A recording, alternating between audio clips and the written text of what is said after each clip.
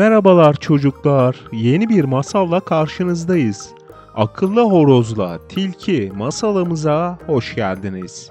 Hadi hemen vakit kaybetmeden masalımıza başlayalım. Bir varmış bir yokmuş, evvel zaman içinde, kalbur saman içinde, develer tellal iken, pireler berber iken bir orman köyünde yaşlı bir adamın küçük bir çiftliği varmış.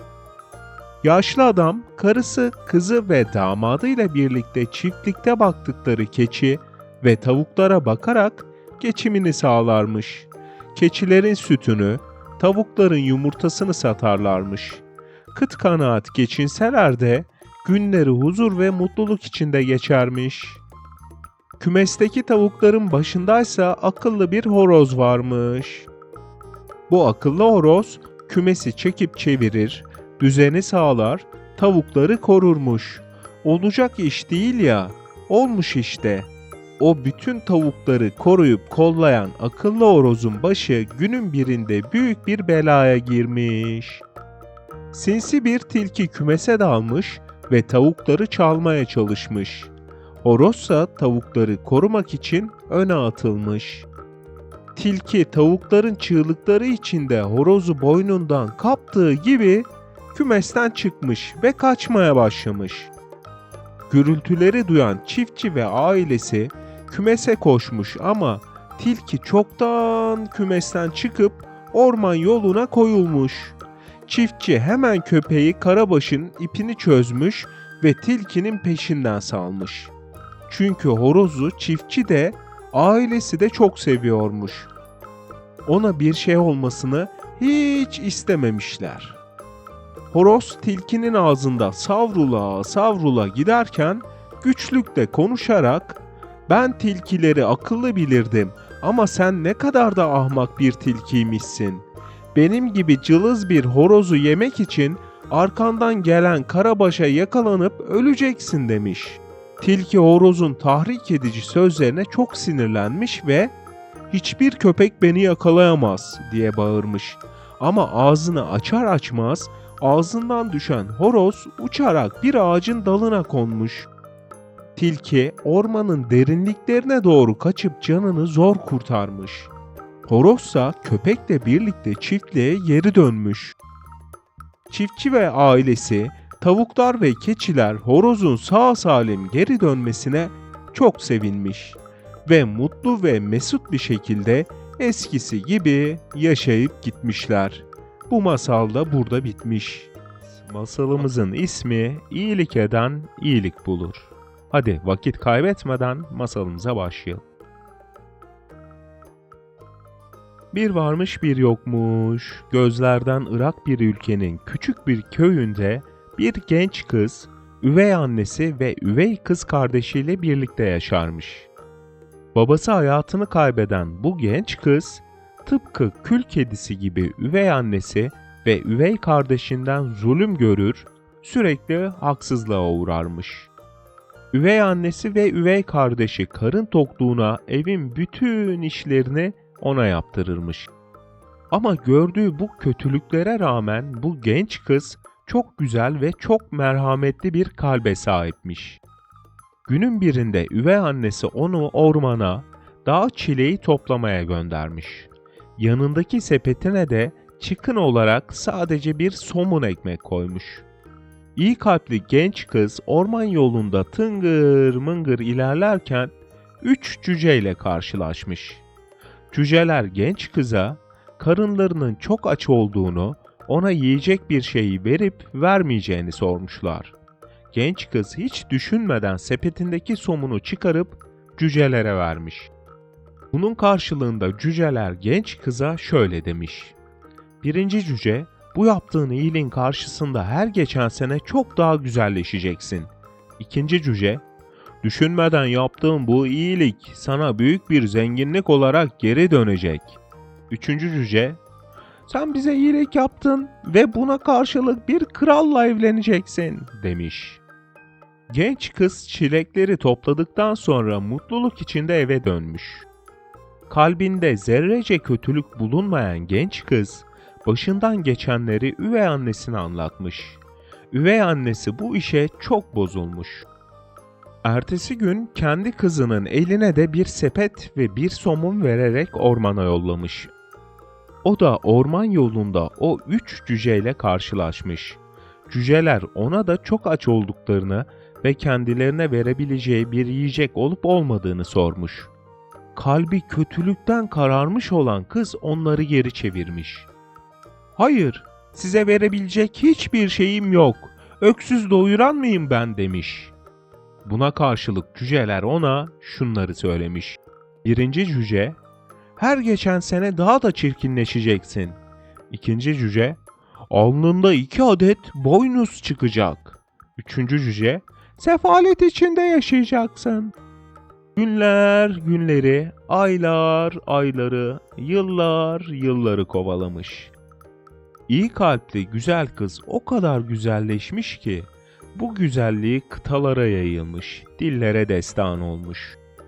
Günün birinde onun güzelliğini duyan komşu ülkenin prensi onu ormanda gizlice izlemiş ve görür görmez kalbinden vurulmuşa dönmüş. Aşık olduğu genç kızla evlenmeye karar vermiş. Düğün günü genç kızın üvey annesi onu odaya kilitlemiş ve yerine kötü kalpli kendi kızını koymuş.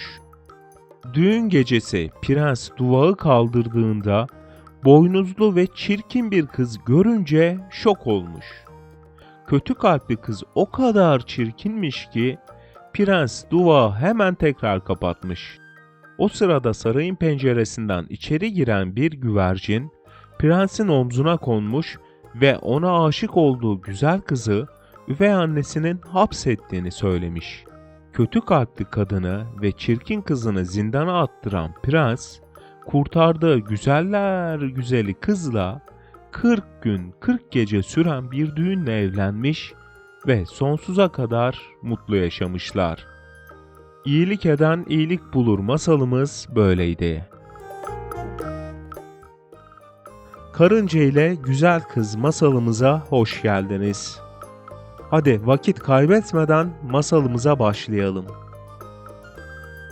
Bir varmış, bir yokmuş. Evvel zaman içinde, kalbur zaman içinde, develer tellal iken, pireler berber iken, devler ülkesinde yaşayan karıncalardan birinin yolu, günün birinde içi buğday, arpa ve mısırlarla dolu büyük bir ambara düşmüş. Ambar karınca için o kadar büyükmüş ki, karınca bu ambarda küçücük bir nokta gibi görünüyormuş. Karınca cennete düştüğü fikrine kapılarak karnını buğday, arpa ve mısırlarla tıka basa doldurmuş. Tıka basa dediğimde işte birkaç ısırık buğday, birkaç ısırık arpa ve birkaç ısırık mısır. Nihayetinde karınca ne ki karnı ne olsun. Karınca iyice doymuş doymasına ama bu defada çok fena susamış. Ama ambarda suyu ara ki bulasın. Karınca susuzluktan öleceğini düşünürken önüne bir damla su düşmüş. Bu bir damla su karıncaya yetmiş de artmış bile. Çatının delik olduğunu ve dışarıda yağmur başladığını düşünen karınca, başını kaldırıp bakınca bir de ne görsün? Güzeller güzeli bir kız. Karıncanın önüne düşen su değil, bu güzel kızın gözyaşıymış halbuki. Karınca bu güzeller güzeli kıza niçin ağladığını sormuş. Güzel kız önce sesin nereden geldiğini anlamaya çalışmış. Etrafına bakınmış ama hiçbir şey görememiş. Sonra şaşkın bir yüz ifadesiyle yere baktığında minnacık karıncayı fark etmiş. Güzel kızın yüzündeki şaşkınlık ifadesi üzüntü dolu bir yüz ifadesiyle değişmiş. Sonra başına gelenleri anlatmaya başlamış. Genç kız, "Beni buraya bir dev hapsetti. Bir gün içinde bu ambarda bulunan ve birbirine karışan arpa, buğday ve mısır tanelerini ayırmamı, bunu başarabilirsem serbest kalacağımı, ayıramazsam sonsuza kadar onlara kölelik yapacağımı söyledi" demiş. Karınca bu duruma önce çok üzülmüş. Sonra aklına harika bir fikir gelmiş. Güzel kıza hiçbir şey söylemeden ambardan çıkıp gitmiş.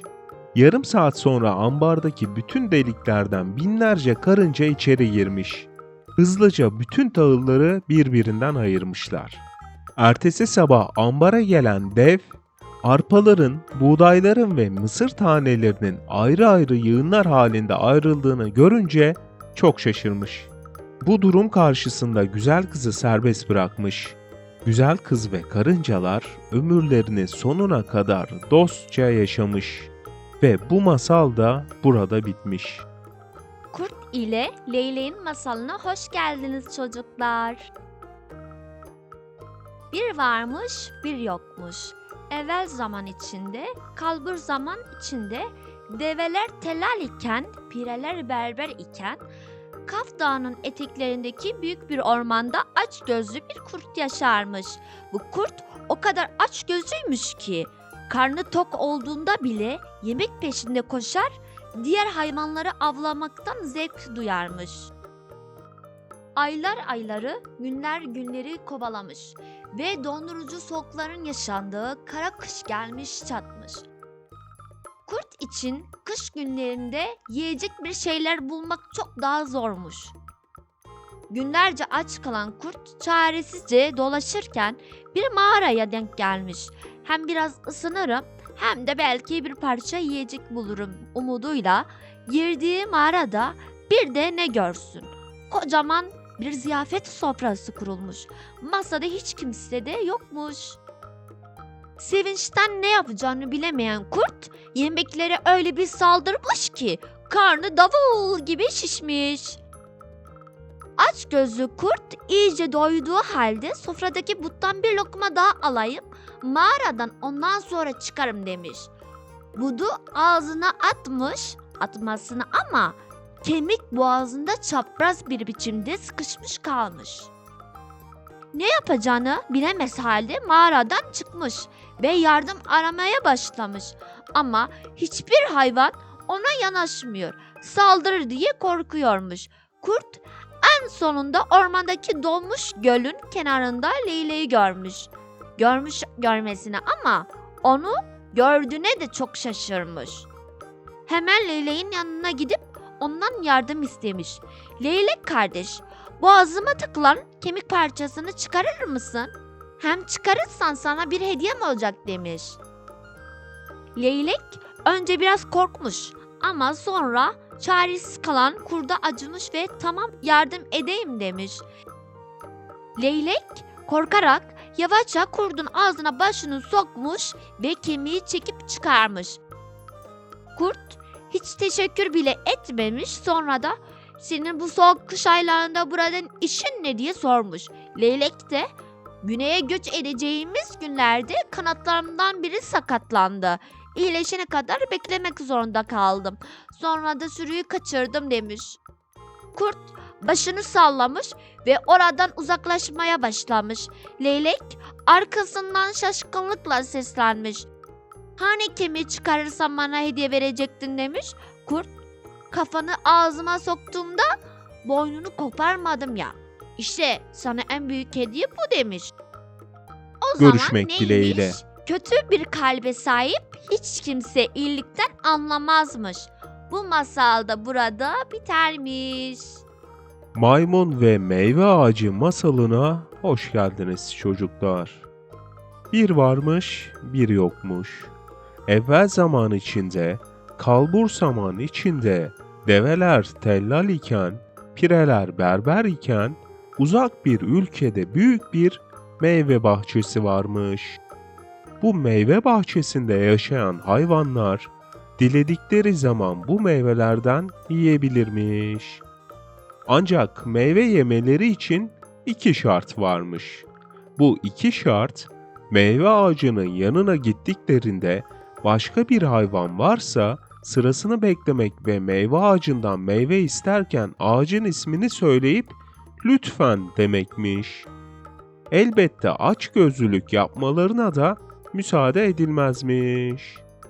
Canı şeftali çeken zürafa şeftali ağacının yanına gidip "Ey şeftali ağacı, lütfen bana o güzel şeftalilerden bir tane verir misin?" dermiş.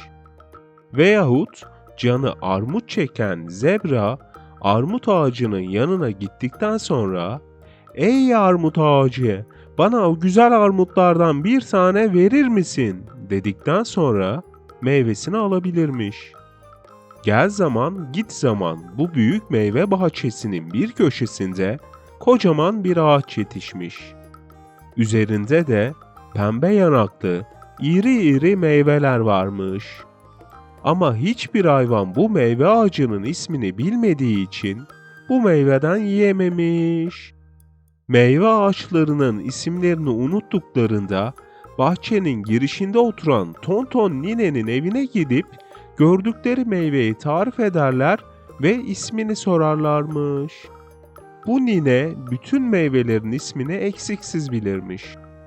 Bu yeni meyve ağacının ismini öğrenmek için birçok hayvan ninenin yanına gitmiş ama ağaç ninenin evinin o kadar uzağındaymış ki ağacın yanına gidene kadar meyvenin ismini unutmuşlar. Bu meyve bahçesinde yaşayan hayvanlardan biri de maymunmuş. Maymun çok iyi gitar çalıyormuş ve bazı akşamlar bahçenin ortasında kurulan panayırda onun çaldığı gitarla diğer hayvanlar dans ediyormuş. Bahçenin bu uzak köşesine yolu düşen ve görünüşü muhteşem olan bu meyveyi fark eden maymun, gitarını da yanına alarak ninenin evinin yolunu tutmuş. 3 gün sonra ninenin evine varabilmiş. Yol boyunca da her acıktığında önünden geçtiği ağaçların meyvelerinden yemiş.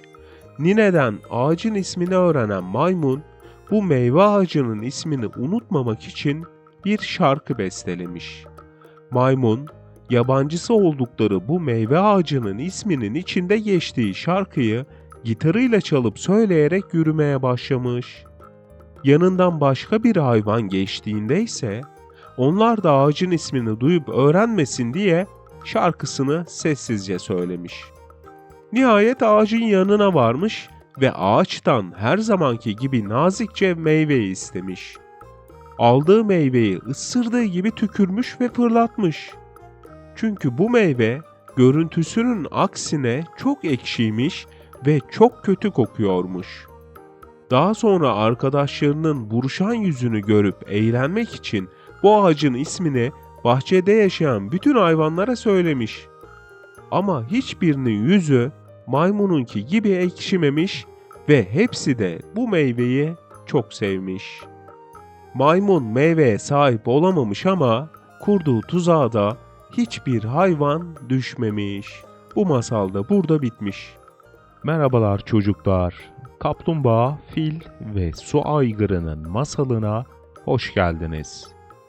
Hadi vakit kaybetmeden masalımıza başlayalım. Bir varmış, bir yokmuş. Evvel zaman içinde, kalbur zaman içinde, develer tellal iken, pireler berber iken bir nehir kıyısında çok iyi arkadaş olan bir fille bir su aygırı yaşarmış. Bu iki arkadaş genellikle nehir kıyısında oturup uzun uzun sohbet edermiş. Sıcak yaz günlerinde arada bir de nehre girip birlikte eğlenir ve serinlermiş. Nehir kıyısının yakınında bir de yaşlı bir kaplumbağa yaşarmış. Bilge ve zeki bir hayvan olan bu kaplumbağa kolay kolay aç da parasız da kalmazmış. Ama gün gelmiş hiç parası kalmamış. Ne yapsam da para kazansam diye düşünürken aklına güzel bir fikir gelmiş. Daha önce nehir kıyısında gördüğü filin yanına gitmiş ve ona bir iddia teklifinde bulunmuş. İyi bir yüzücü olan kaplumbağa nehri iyi bilirmiş. File ayağına bir ip bağlayıp suya gireceğini, fil ise onu karadan çekemeyeceğini iddia etmiş. Fil önce kendi cüssesine, sonra da kaplumbağanın cüssesine bakmış ve kahkaha atmış. Tam 10 altın için iddiaya girmişler. Kaplumbağa ayağına bağladığı iple nehre girmiş. Nehre girer girmez de suyun altında ayağına bağladığı ipi çözüp nehrin dibindeki kayaya bağlamış. Fil gülerek ipi çekmeye başlamış ama o da ne? Kaplumbağayı bir türlü nehirden çıkaramıyormuş. Neredeyse hortumu kopacakmış ama kaplumbağa bana mısın demiyormuş. Fil sonunda pes etmiş ve iddiayı kaplumbağanın kazandığını kabul etmiş. Kaplumbağa hızlıca ipi kayadan çözüp tekrar ayağına bağlamış ve nehirden çıkmış. İddiayı kazanan kaplumbağa 10 tane altını alıp evine gitmiş. Uzunca bir süre rahat içinde yaşamış. Ama bir süre sonra altınları bitmiş. Bu defa ne yapacağını düşünmeye başlamış. Sonra aklına su aygırı gelmiş. File yaptığım numaranın aynısını neden su aygırına da yapmayayım ki diye kendi kendine söylenmiş. Hemen nehir kenarına gitmiş ve su aygırını yalnızken yakalamış. Aynı teklifi su aygırına da yapmış. Su aygırı tıpkı fil gibi gülerek kabul etmiş. Ama kaplumbağaya bir şart sunmuş. Bu şart kendisi suya girecek, kaplumbağayı nehre çekecekmiş. Kaplumbağa beklemediği bu şart karşısında önce şaşırmış ve sonra hızla etrafı süzmüş. Başını sallamış ve su aygırının şartını kabul etmiş. Ayağına ipi bağlayıp nehrin kıyısındaki büyük çınar ağacının yanına gitmiş. Su aygırı arkasına dönüp suya girmeye başlar başlamaz hızlı bir hamleyle ayağındaki ipi çözüp ağaca bağlamış.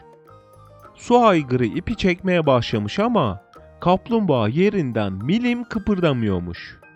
Ne kadar denediyse de kaplumbağayı suya çekememiş. Pes edip yenilgiyi kabul eden su aygırı kızgınlıkla suya daldığındaysa kaplumbağa ipi hemen ağaçtan çözüp ayağına tekrar bağlamış. Bu olaydan sonra fil ve su aygırı kaplumbağaya arkadaşlık teklif etmişler. Sen de en az bizim kadar güçlüsün. Hatta bizden daha güçlüsün. Neden bizimle arkadaş olmuyorsun demişler. Kaplumbağa bu teklifi kabul etmiş. Ama fille karada, su aygırıyla suda zaman geçirmek onu biraz yormaya başlamış. İlk yumurtlama döneminde yumurtalarının bir kısmını nehrin kenarındaki sahile, bir kısmını ise ormanın içine bırakmış. İşte o gün bugündür kaplumbağalar hem suda hem de karada yaşıyormuş. Masalımızı beğendiyseniz kanalımıza abone olmayı unutmayın. Bir sonraki videomuzda görüşmek dileğiyle çocuklar. Kendinize iyi bakın.